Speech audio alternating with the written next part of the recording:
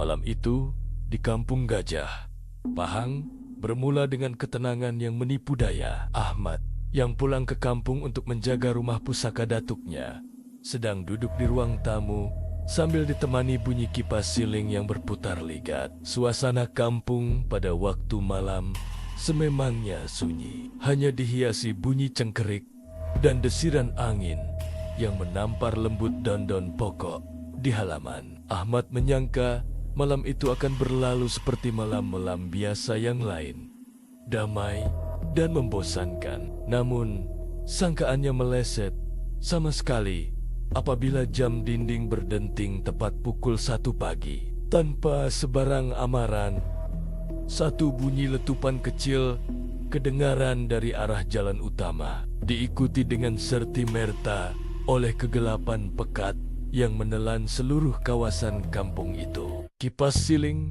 yang tadinya ligat perlahan-lahan berhenti berputar, mematikan satu-satunya bunyi yang menemani Ahmad. Ketiadaan elektrik di kampung bukan sekadar bermaksud ketiadaan cahaya. Ia membawa satu jenis kesunyian yang berbeza. Ia adalah kesunyian yang berat dan menekan, seolah-olah udara di dalam rumah itu tiba-tiba menjadi tebal. Ahmad Kuba mencapai telepon bimbitnya, namun skrin itu gelap, kehabisan bateri. Dalam kegelapan gelita itu, deria keenam Ahmad mula mengambil alih. Dia merasakan bulu romanya meremang bukan kerana sejuk, tetapi kerana satu kesadaran yang tiba-tiba menyelinap masuk ke dalam mindanya. Dia tahu bahwa apabila cahaya buatan manusia padam di kawasan pedalaman sebegini, sempadan antara dunia nyata dan dunia haib menjadi semakin nipis. Dan dari kegelapan di luar sana, nalurinya menjerit bahwa ada sesuatu yang sedang memerhatikannya. Dalam kegelapan yang menyesakkan itu, deria pendengaran Ahmad menangkap sesuatu yang tidak masuk akal. Bunyi itu bermula dengan perlahan, satu geseran kasar yang memecahkan kesunyian malam. Pada mulanya, Ahmad menyangka ia hanyalah bunyi pelepah kelapa tua yang jatuh ke tanah atau musang yang mencari makanan. Namun, semakin dia menajamkan telinganya, semakin dia keliru. Bunyi tapak kaki atau pergerakan fisikal itu tidak kedengaran di atas tanah.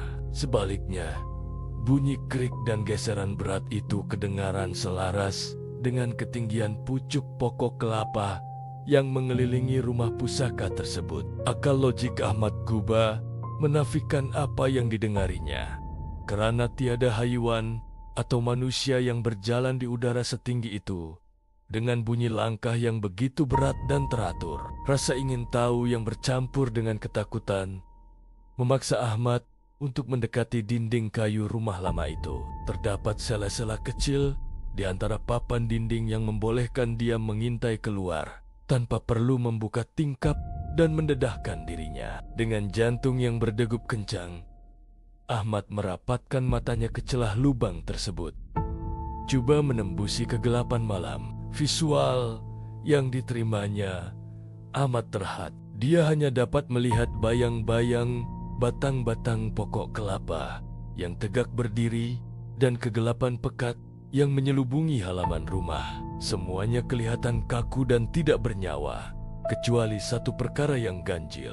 Di antara deretan batang pokok yang gelap dan kasar itu, mata Ahmad tertangkap pada satu objek yang kelihatan berbeza. Ia kelihatan seperti sebatang pokok pinang yang kurus, tetapi warnanya pucat, seakan-akan putih kekuningan dalam samar cahaya bulan yang suram. Apa yang membuatkan nafas Ahmad terhenti ialah apabila objek itu mula bergerak. Ia tidak bergoyang mengikut arah angin seperti pokok lain. Sebaliknya, ia bergerak secara mandiri, beralih tempat dengan perlahan dan senyap melawan arus angin. Ahmad mengecilkan matanya.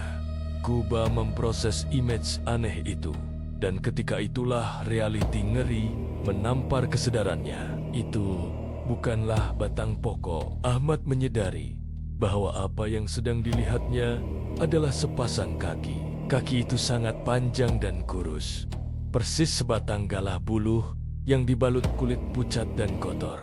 Dia melihat bahagian buku lali yang bonjol dan tumit yang kotor dengan tanah. Tetapi apabila dia kuba mendongak untuk melihat lutut makhluk itu, pandangannya terhalang oleh bumbung rumah. Ini bermakna lutut entiti itu saja sudah sama tinggi dengan bumbung rumah pusaka tersebut. Ahmad tidak dapat membayangkan di mana letaknya pinggang, badan, atau kepala makhluk itu, kerana semuanya hilang di telan kegelapan malam di atas sana. Ketinggian entiti itu adalah sesuatu yang mustahil dan melanggar hukum alam. Ketakutan yang amat sangat mencengkam seluruh tubuh Ahmad. Sebaik sahaja dia memahami apa yang sedang berada di luar rumahnya. Dia menyadari bahwa bunyi geseran yang didengarinya tadi bukanlah bunyi angin, tetapi bunyi pergerakan tubuh makhluk itu yang melanggar pelapa-pelapa kelapa di tempat yang sangat tinggi. Ahmad serta-merta menahan nafasnya. Takut bunyi hembusan nafasnya sendiri akan didengari oleh entiti gergasi itu. Dia menggerakkan kakinya seinci demi seinci ke belakang, menjauhi dinding dengan penuh berhati-hati, agar lantai papan tua itu tidak berbunyi. Setiap sendi di badannya terasa kaku, dan peluh sejuk mula membasahi dahinya. Dia tahu dia sedang berhadapan dengan hantu galah, dan makhluk itu sedang berdiri betel-betel di luar, menjulang tinggi ke angkasa.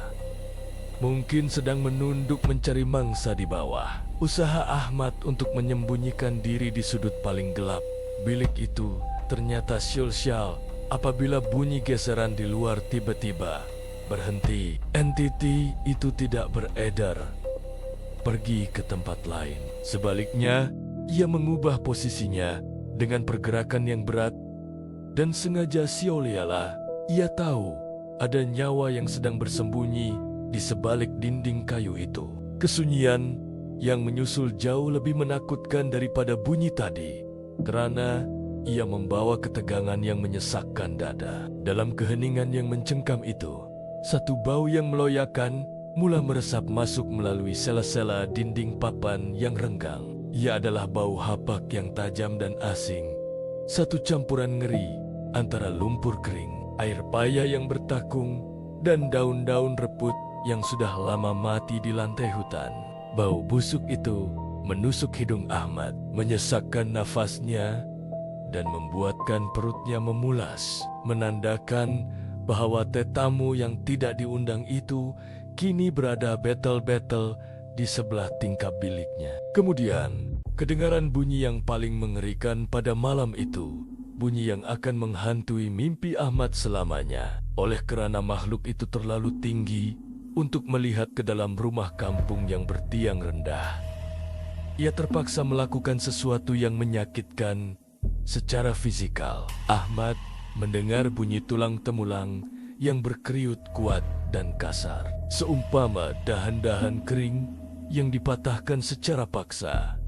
Krak, krak, bunyi itu berulang-ulang, satu simfoni ngeri yang menandakan makhluk gergasi itu sedang membongkokkan badannya yang panjang secara paksa, merendahkan torso dan kepalanya dari ketinggian pokok kelapa untuk menyamai paras bumbung rumah. Setiap inci penurunan itu diiringi dengan bunyi geseran kulit kasar pada dinding luar, seolah-olah ia sedang memeluk rumah itu dengan anggota badannya yang kurus. Mata Ahmad terpaku pada lubang angin berukir yang terletak di bahagian atas dinding betel-betel di atas tingkap Nako. Selalunya, lubang itu hanya menampakkan kegelapan langit malam yang damai. Namun kini, cahaya bulan yang samar disekat sepenuhnya oleh sesuatu yang besar dan pejal. Di sebalik ukiran kayu itu, Ahmad melihat satu permukaan kulit yang pucat, berparut, dan kotor.